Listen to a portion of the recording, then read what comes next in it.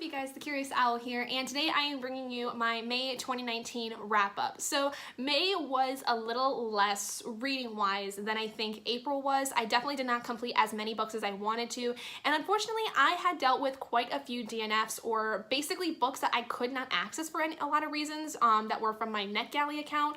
So in total, I think May was kind of okay, but a little disappointing considering that I think I have now more DNFs than I had last year just in this 1 month, which is kind of upsetting. But without further ado, let me get into the stats for the month. In May, I completed 7 books, which is good. I ended up reading a total of 1,928 pages. I listened to about 893 minutes, or about 14 hours and 53 minutes worth of audiobooks.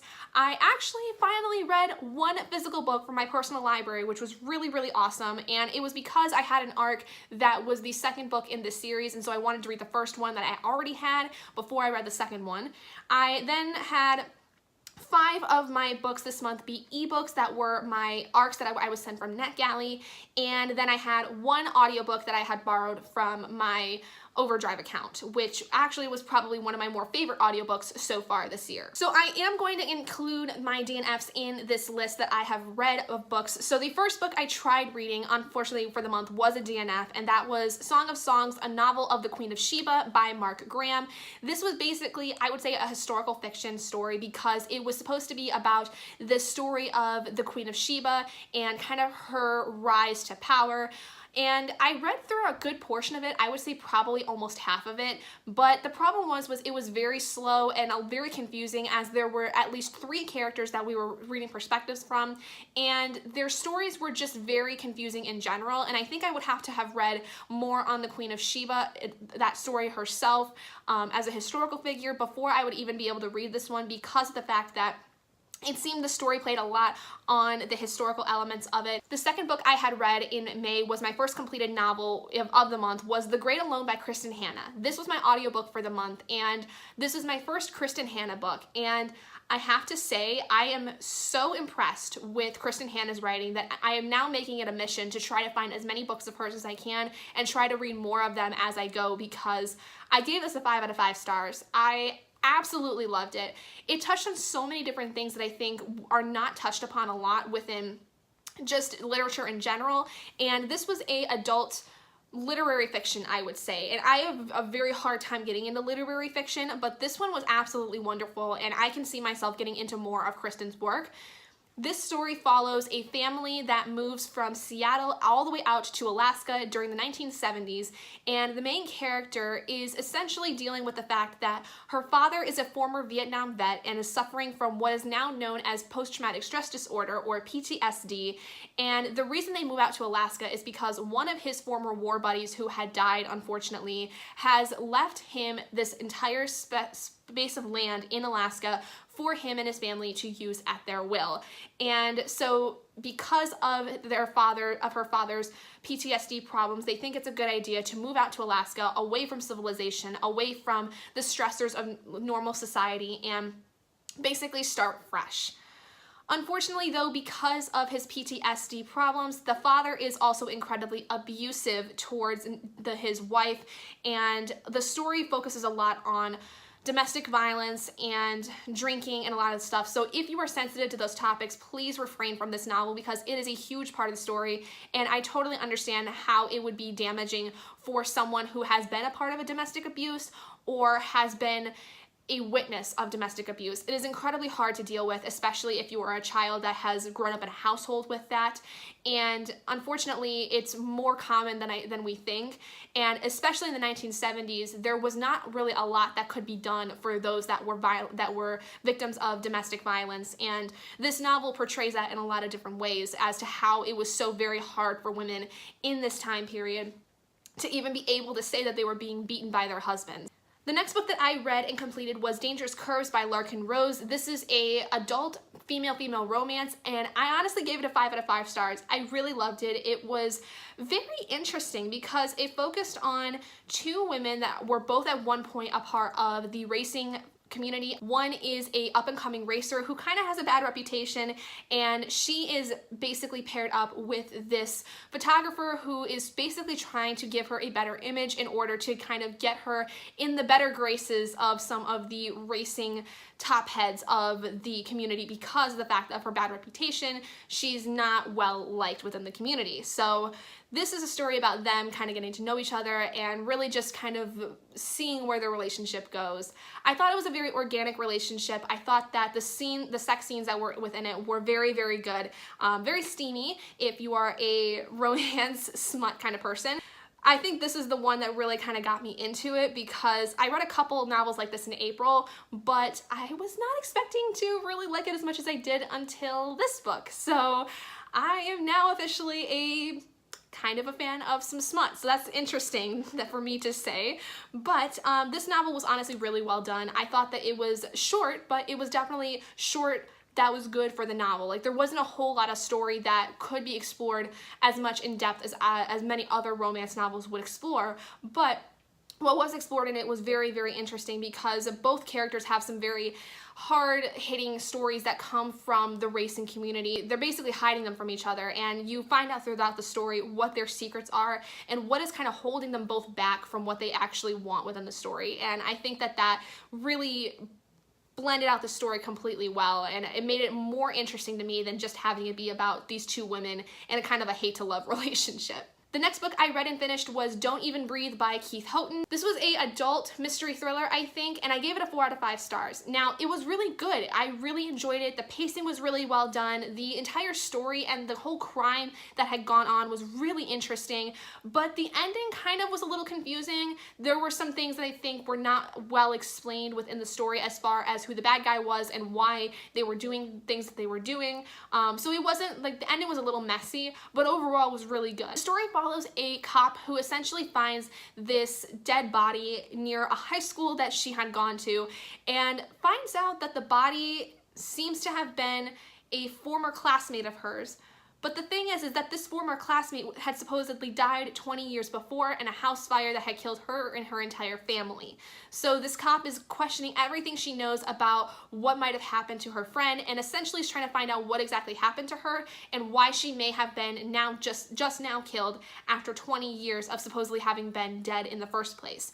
So it's very, very intriguing. It's honestly got a lot of twists and turns that I was not expecting, and by the end of it, I was shook. Like, I was really shook with what had happened. But again, the ending was a little messy, so some things were a little confusing. But I think if I was to read the ending of it again, maybe I would get it again. But at the time that I read it, things were just a little rushed and a little confusing for my taste. But it was overall really good, and I really enjoyed it. The next book that I unfortunately DNF'd was Restorations by Charles Strickler. Basically, this one was just super boring. I couldn't get into it.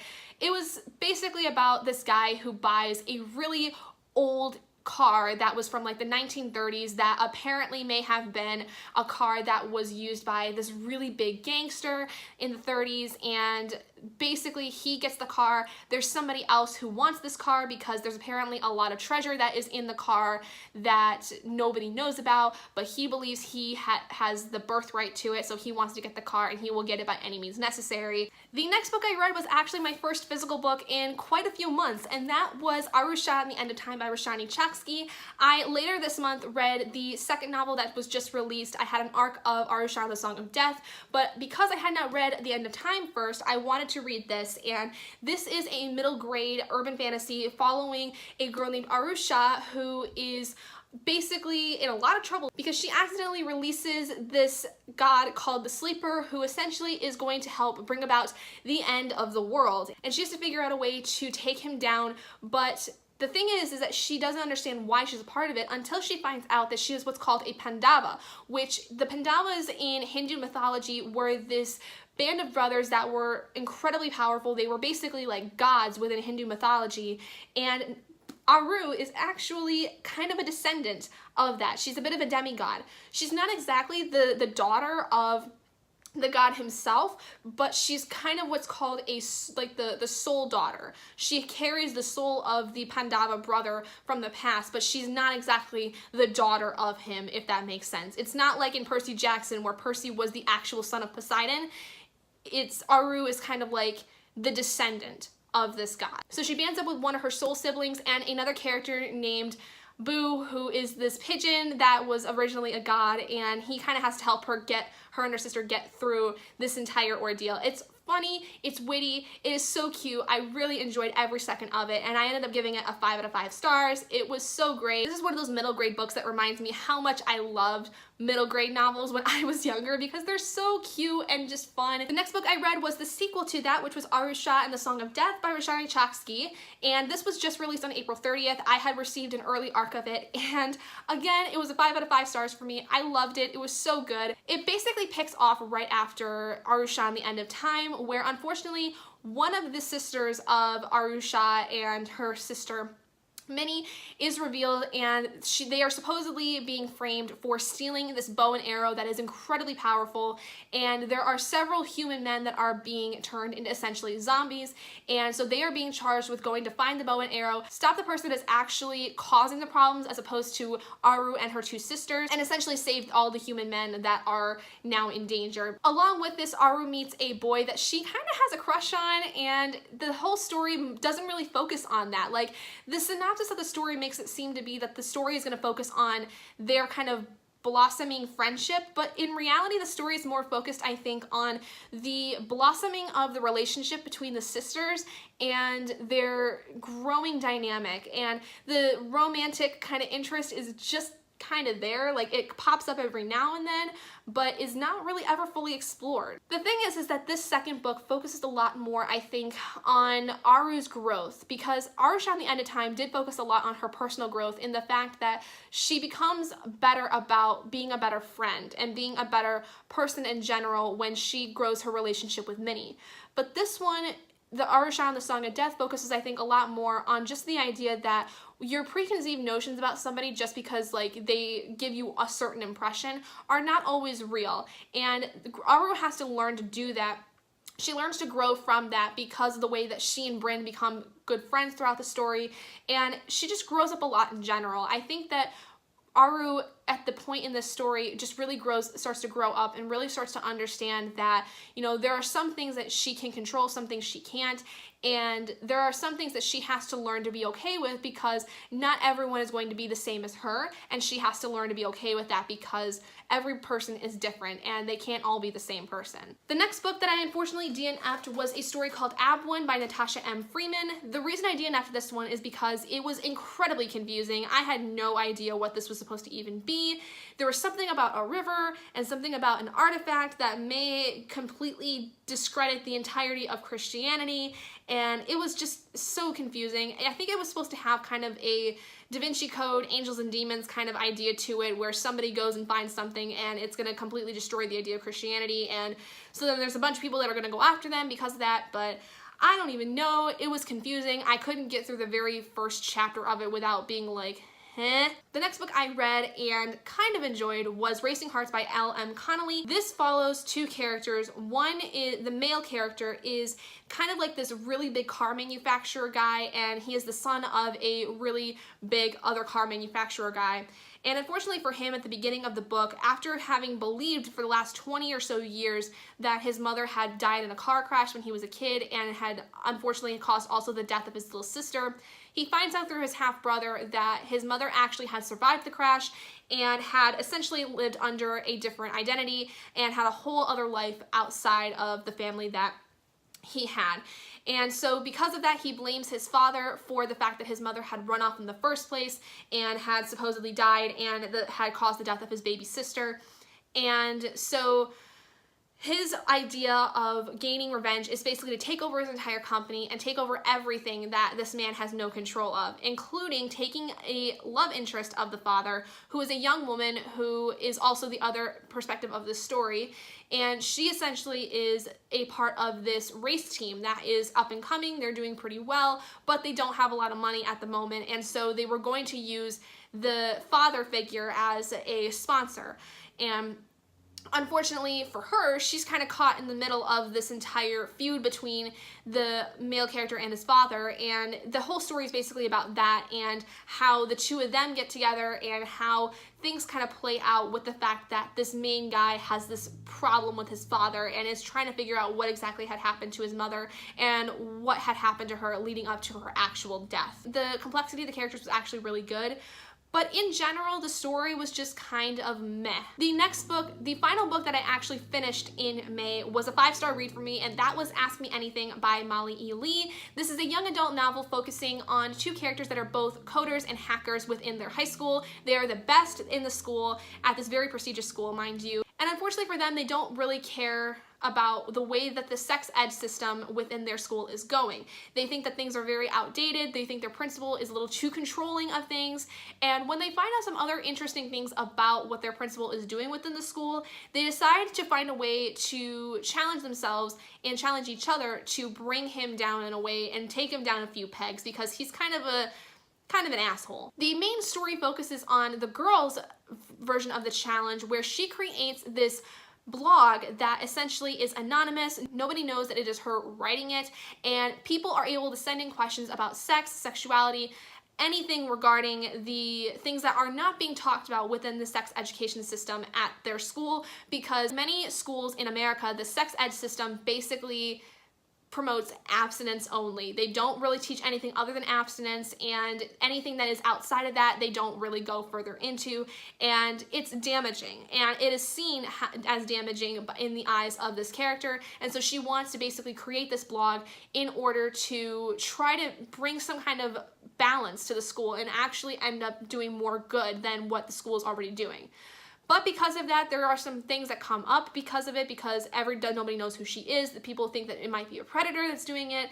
So the girl basically has to figure out how to continue using this blog while avoiding everyone that could find out about the fact that she's running this blog.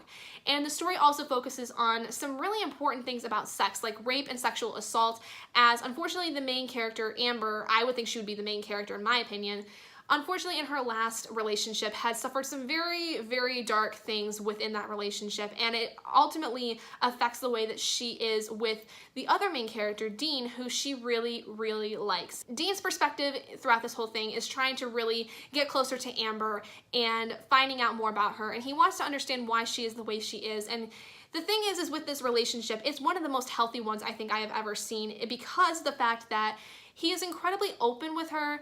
He is not ever a person that pressures her into doing anything she doesn't want to do.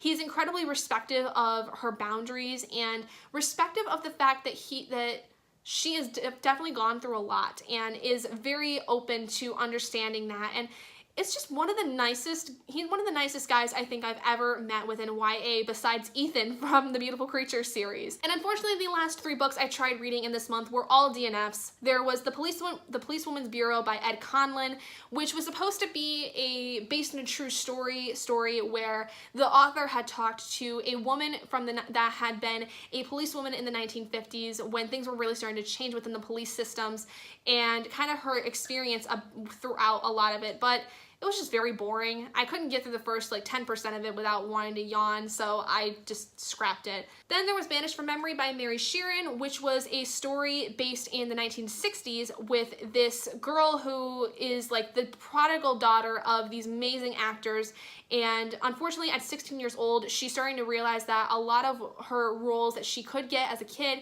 are not viable for her anymore, and she's not also old enough to get into any of the other films that she wants to be a part of. And I guess she meets up with this guy who apparently is a part of a blacklist of some kind and tries to figure out how she can get back on the horse and get back into acting. I don't really know. It was, again, very boring. I couldn't get through the beginning of it. And then the last book was Counterfeit by Guillermo Valsarel, which I think was supposed to have kind of more of a Goldfinch by Donna Tartt feel to it, because it dealt with a guy who was a forger and counterfeiter kind of guy, and he gets this gig to, I think, forge some pieces, or at least find some pieces that are really important to this client. and I don't know much from that, but apparently I guess it has some value and somebody has to go after him, and I don't even really know. I couldn't get into it. It was definitely just very confusing. I didn't quite understand the whole deal in the first place, so I DNF'd it. I couldn't do it. 6 DNFs out of the 13 books that I read. That's really disappointing. But let me know what you guys read down in the comments below if you would like to share. If you guys did enjoy this video, please do give it a big thumbs up. And if you're not already and you would like to be, hit the button down below and subscribe to become an owlet in our flock. And I will see all of you guys in my next video. Bye guys!